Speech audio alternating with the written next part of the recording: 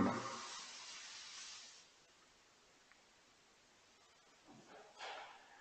Vedno zvesti Bog, naj nas nikdar ne zapusti tvoja milost, ki nas z njo sprejemaš v svojo službo in nam je nenehno v pomoč. To prosimo po našem Gospodu Jezusu Kristusu, tvojem Sinu, ki s teboj v občestvu Svetega Duha živi in kraljuje vekomaj.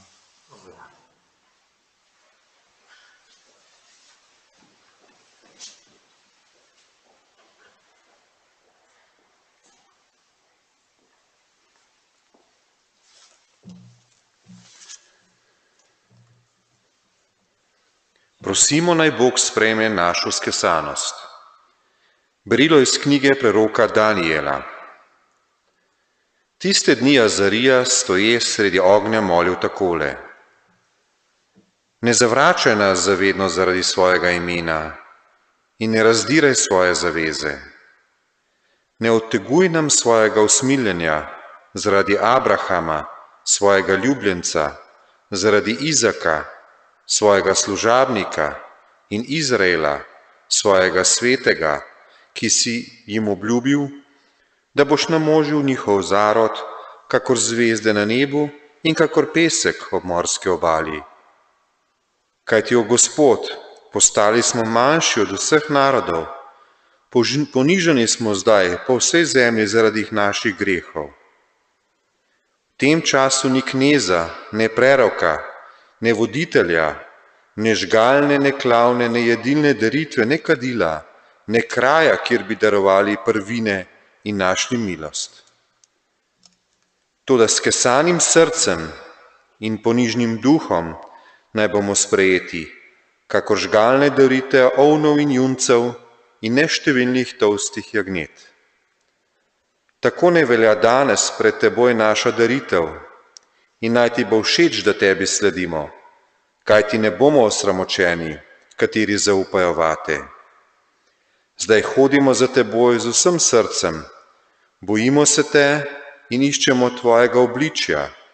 Ne daj, da ostanemo osramočeni, ampak ravnaj z nami po svoji dobrotljivosti in po obilnosti svojega usmiljenja.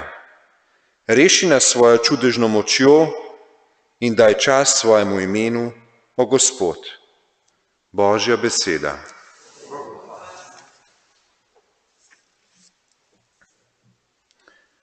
Gospod, spomni se svojega usmiljenja. Gospod, spomni se svojega usmiljenja. Svoja pota, Gospod, mi pokaži in svojih steza me nauči. Vodi me v svojo resnici ter me uči, saj si ti Bog, moj odrešitelj. Gospod, spomni se mojega svojega usmiljenja. Gospod, spomni se svojega usmiljenja in svoje milosrčnosti, ki so od vekov. Grehov moje mladosti se ne spominjaj, zaradi svoje dobrote me ne pozabi, Gospod. Gospod, spomni se svojega usmiljenja. Dober in pravičen je Gospod, zato grešnike uči pravih poti, vodi ponižne v pravičnost, uči krotke svojih poti. Gospod, spomni se svojega usmiljenja. Glejte, zdaj je čas milosti, glejte, zdaj je dan rešitve.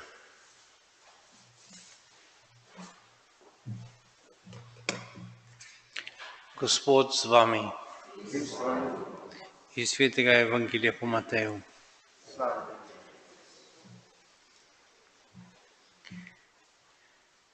Tedaj je Peter pristopil k Jezusu in mu rekel: Gospod, če greši zoper mene moj brat, kolikokrat naj mu odpustim? Do 7-krat?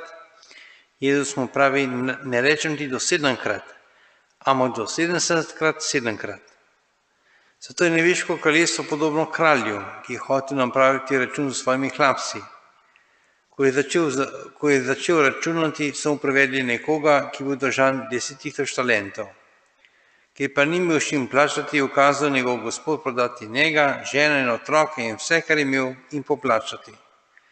Hlapec pa je padel preden in ga prosil: Gospod, potrpi z menoj in vse ti povrnem. Gospod se je tega hlapca usmilil, ga oprostil in mu dolgo odpustil. Ko je pa ta hlapec odšel, je srečal enega svojih sohlapcev, ki mu je bil dolžan 100 denarjev, in ga je zagrabil ter davil govoreč: plačaj, kar si dolžan.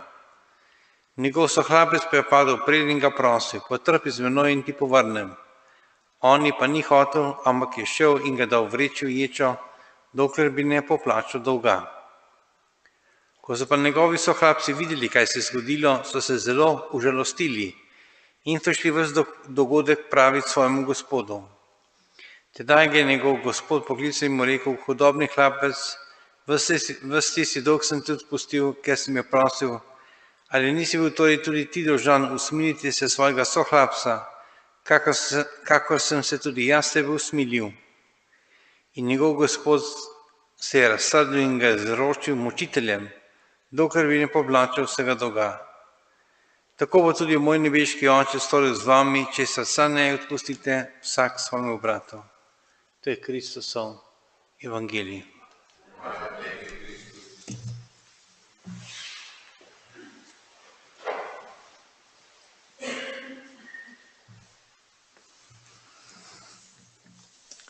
Pred kratkim sem se z enim prijateljem dopisoval po spletu.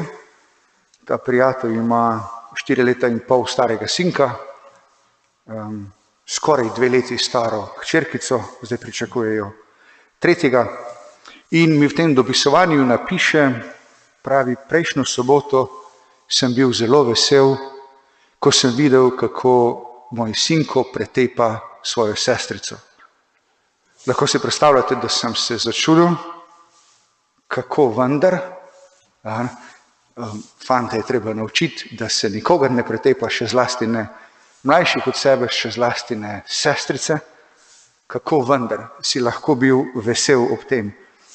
No, v naslednji vrstici, ki je prišla malo kasneje, dopiše, pravi: veš, dopoldan je padel, je udaril z glavo po tleh, pa smo se malo bali, da ima morda kak pretres možganov, ampak potem, ko sem ga videl, kako veselo pretepa sestrico, pravi, mi je odleglo, je v redu z njim. Kar mi je dalo misliti na to, kako pomemben je kontekst, da lahko razumemo ravnanje morda tudi enega 4,5-letnika. In kako težko je včasih potruditi se, da bi nekoga razumeli. In kako hitro ljudi obsojamo oziroma ravnanjem drugih pripisujemo lastne namene. Če bi jaz tako ravnal, bi verjetno ravnal iz tega in tega razloga, kar pomeni, da skoraj zagotovo ta tudi ravna tako.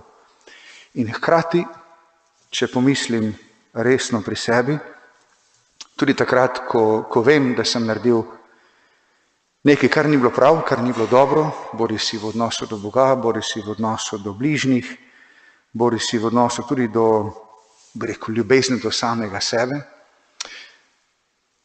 sem vedno ravnal na en način, kjer sem upal in računal, da bom skozi ta način postal malo bolj srečen, ali ko sem se nekaj zlagal, ali ko sem morda vzel nekaj, kar ni mojega, ko sem morda popustil svoji jezi, pa povzdignil glas, morda celo, ne vem, komu vrgel copata ali pa ga udaril.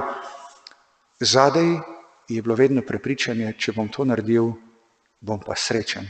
Če bom pa to naredil, bom pa vsaj malo bolj zadovoljen.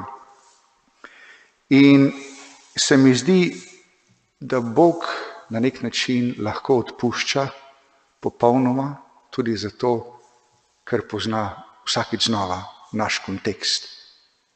In ve, da je na dnu vsakega našega, dobro, ne upam reči vsakega, morda 90% našega ravnanja je pravzaprav to isto iskanje sreče, ta ista želja potem, da bi bili zadovoljni. In Bog, ki pozna kontekst, ve, da je pravzaprav vse skupaj največkrat v našem primeru bila zmota, je bila napaka, da je greh v tem, da smo zgrešili tarčo, da je hrepenenje sicer pravo, ampak način ni pravi. Da bi morda tudi mi letošnji postčas izkoristili tudi zato, da bi se učili poslušati, da bi si morda bolj zato, da bomo mi razumljeni, prizadevali za to, da bomo mi najprej lahko razumeli. Tako se mi zdi, bomo lahko bolj podobni Bogu, bomo lahko bolj iskreno in iz srca razumeli in odpuščali.